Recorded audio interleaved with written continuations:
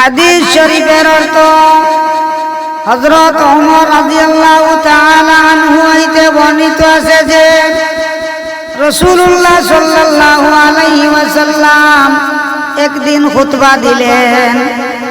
উহাতে ইরশাদ করিলেন, মনোযোগ সহকারে শুনো, দুনিয়া একটি সাময়িক পণ্য বিশেষ, উহার কোনো মূল্য নাই।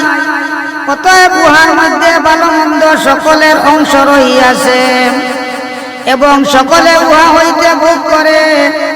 নিঃসন্দেহে আখিরাত একটি বাস্তব সত্য, যাহা নির্দিষ্ট সময়ে আসিবে এবং উহাতে এক শক্তিশালী বাদশা ফয়সালা করিবেন। মনোযোগ সহকারে শুনো, সকল প্রকার কল্যাণকর বিষয় জান্নাতের মধ্যে রহিয়াছে, আর সকল প্রকার মন্দ বিষয় জাহান্নামের মধ্যে রহিয়াছে। উত্তম রূপে বুঝিয়া লও, যাহা কিছু করো আল্লাহ তাআলাকে ভয় করিয়া করো। আরো বুঝিয়া লও, তোমাদেরকে নিজ নিজ আমলের সহিত আল্লাহ তাআলার দরবারে হাজির করা হইবে। যে ব্যক্তি বালুকণা পরিমাণ কোন নেকি করিয়া থাকিবে, সে উহাও দেখিতে পাইবে, আর যে ব্যক্তি বালুকণা পরিমাণ মন্দ করিয়া থাকিবে, সেও উহা দেখিতে পাইবে।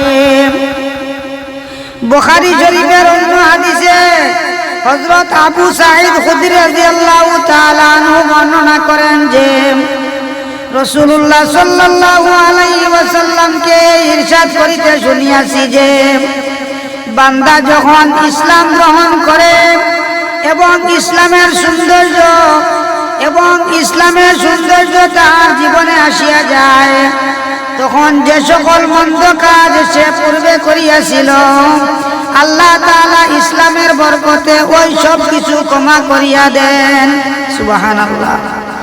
অতঃপর তাহার নেকি ও বদির হিসাব এইভাবে করা হয়, এক নেকির কারণে 10 হইতে 700 গুণ পর্যন্ত সওয়াব দেওয়া হয়, আর মন্দ কাজ করার কারণে সে ওই একটি মন্দ কাজেরই শাস্তির উপযুক্ত হয়।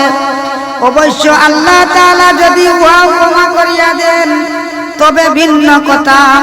ফায়দা: জীবনে ইসলামের সৌন্দর্য আসার অর্থ হইল অন্তর ঈমানের আলোতে আলোকিত হয়, আর শরীর আল্লাহ তাআলার অনুগত্যের দ্বারা সজ্জিত হয়। আল্লাহ পাক পরওয়ারদিগার আলমে আমরার সকল সবরে ঈমানের তলে খেদমত করবার তৌফিক দেব। আমিন।